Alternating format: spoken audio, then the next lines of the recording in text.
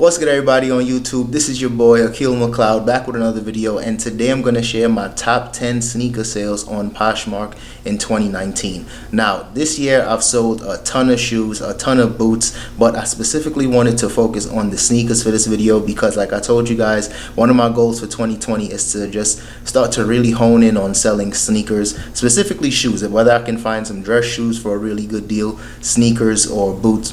Specifically just shoes as a whole. I'm really going to try to focus on that for 2020 because shoes has been one of my best markets to sell, and I really just enjoy selling sneakers in general. So I'm going to focus on that, try to hit as many outlets as possible so I can get some brand new shoes. And of course I'll still be doing some thrifting and getting some used shoes as well, but brand new shoes sell better for me all year long, so I'm going to really put some more energy into that. Now, with that being said, I'm going to have to spend more money because when you're buying brand new products, you just have to put more money up front, but it is what it is. That's a risk I'm willing to take, only because I know it's going to be more of a calculated risk. So like I said, if you guys are interested in these type of sneaker videos and what sold videos, hit that like button, subscribe to the channel. Without further ado, let's get into it. Okay, so to start things off is this pair of Nike Tiempo soccer cleats, and these cleats sold for 70 bucks. I believe I was originally asking closer to 100 at one point. Then I continued to lower the price because these were sitting for a very long time.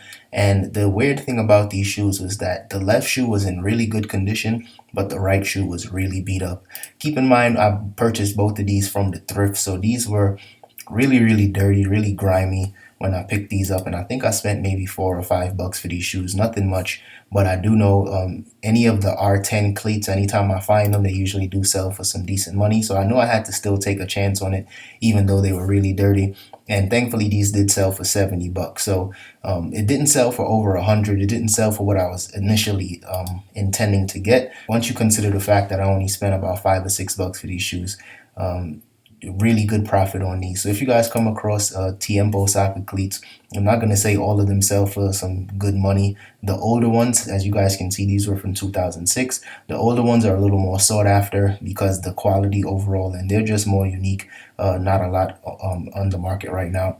So if you guys come across these and they're in better condition, you can definitely make some good money on these. Next up, we got a pair of Altra Lone Peak 4.0s, and this was one of the first times that I sold this style, this model of shoe, this brand of shoe. I wasn't really familiar with it. I didn't find it often, and I actually came across this in a consignment shop. I believe this was in Buffalo Exchange, and they were only asking like 25 bucks, even though they were brand new with the tags. So I did some research right before I purchased these, and I saw that they were selling anywhere between 80, some as much as like 100 bucks if it was brand new with the box.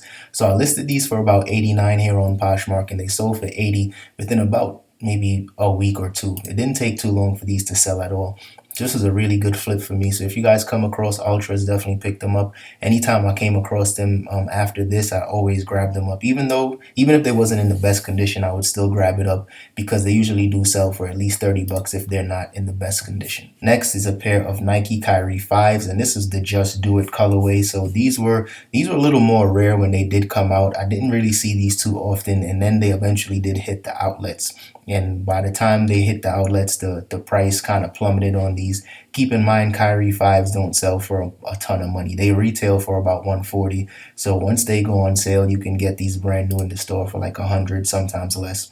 And the good thing with these is that they were actually worn one time.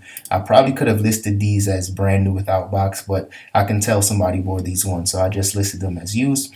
And I ended up getting 85 bucks for these. I had to lower the price after I realized the market had changed for these. So that's definitely something you guys need to always keep in mind, especially when it comes to shoes nowadays. StockX and Gold and a lot of these websites kind of let everybody know how the market is for shoes, especially with eBay and Poshmark as well. So when prices change, you always have to try to adjust your prices to stay competitive within the market, and that's what I had to do with these. But I'm still thankful I was able to get 85 bucks for these because I purchased these for about $29 or $30 from a Buffalo Exchange out in Ventura. Next up is a pair of Air Jordan 11s, and these were the closing ceremony colorway. These weren't in the best condition, and I remember paying I think 20 bucks for these. These were pretty dirty, so I did have to clean these up quite a bit. Of course, when it came down to trying to clean, I guess you can call this like the lace holes, those were still dirty, so I wasn't able to clean those up at all. So I kept that, I had to keep that in mind when it came to pricing. So I listed them for 89 bucks, and I was very, very firm with that price. And they sold for 89 bucks within about 2 or 3 weeks. So if you guys come across the Air Jordan 11s, any Jordans for the most part, especially Jordan 11s, those usually do hold their value pretty well. And the closing ceremony, at this point, if I still had these, I would probably list these on the higher end, only because the market changed for these. These have become a little more desirable. So if I was to come across these again in a similar colorway, I'd probably price them about 100 bucks, maybe 110 for these.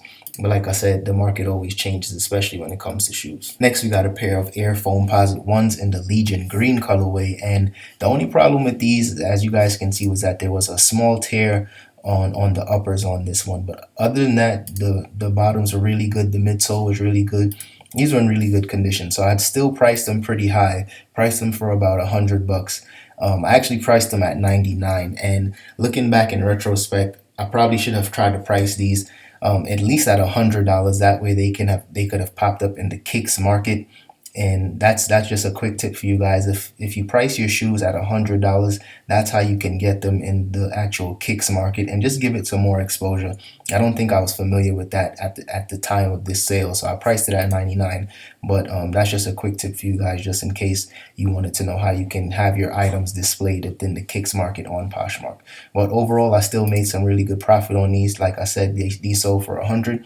And I purchased these for about 25 bucks. Next up is another pair of Air Jordan 11s, and like I said, Air Jordan 11s always hold its value pretty well. These sold for 100 bucks.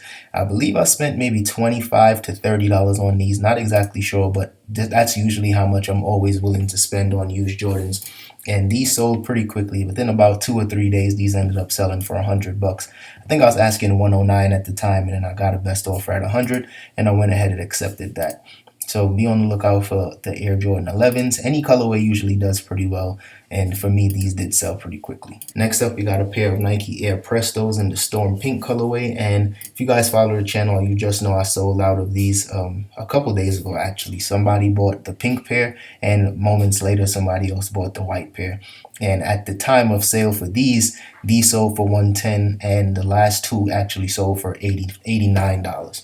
And that's only because, like I said before, the market kind of changed when it came to Prestos. I think a lot of people probably was just finding these in their Marshalls or their Ross. So the market was pretty flooded with these Nike Air Prestos, especially in a size 11, which was pretty random for me. I knew a size 11 wasn't the best shoe for women, since it was a larger size. But at one point, the market was completely flooded with these, so I did have to drop the price.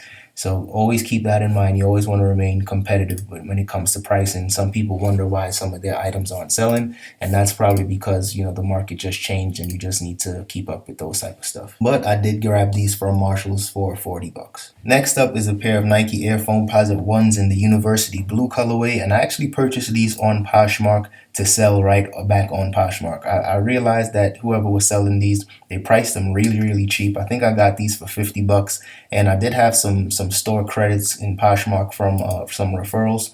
So I actually purchased these for 50 bucks plus the shipping and tax. Overall, I think it came out to about 60 bucks.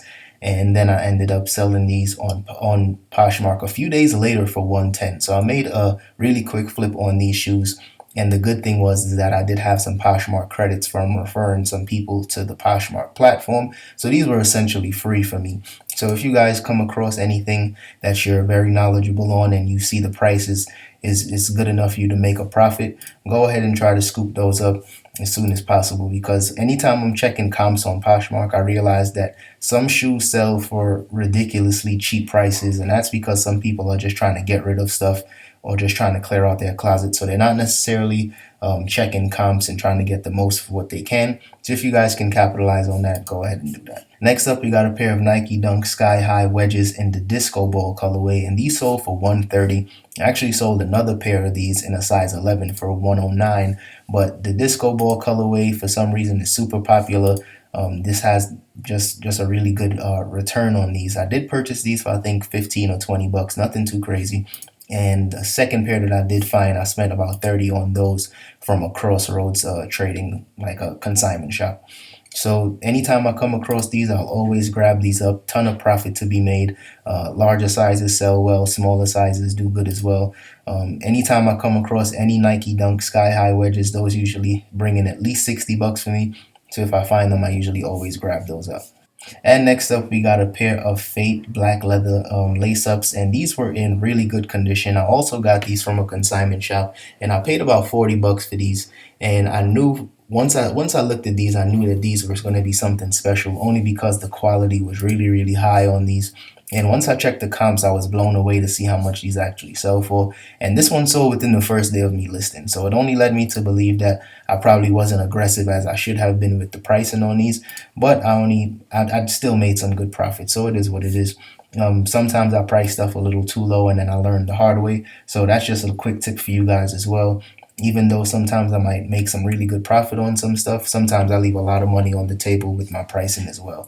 So for 2020, I'll just try to make less mistakes because it is what it is. And last but not least, if you guys follow the channel, you guys know that these two, the blue color, the white colorway and the blue colorway, was my best selling shoe of 2020. Granted, I only sold these shoes for $69 a piece on average.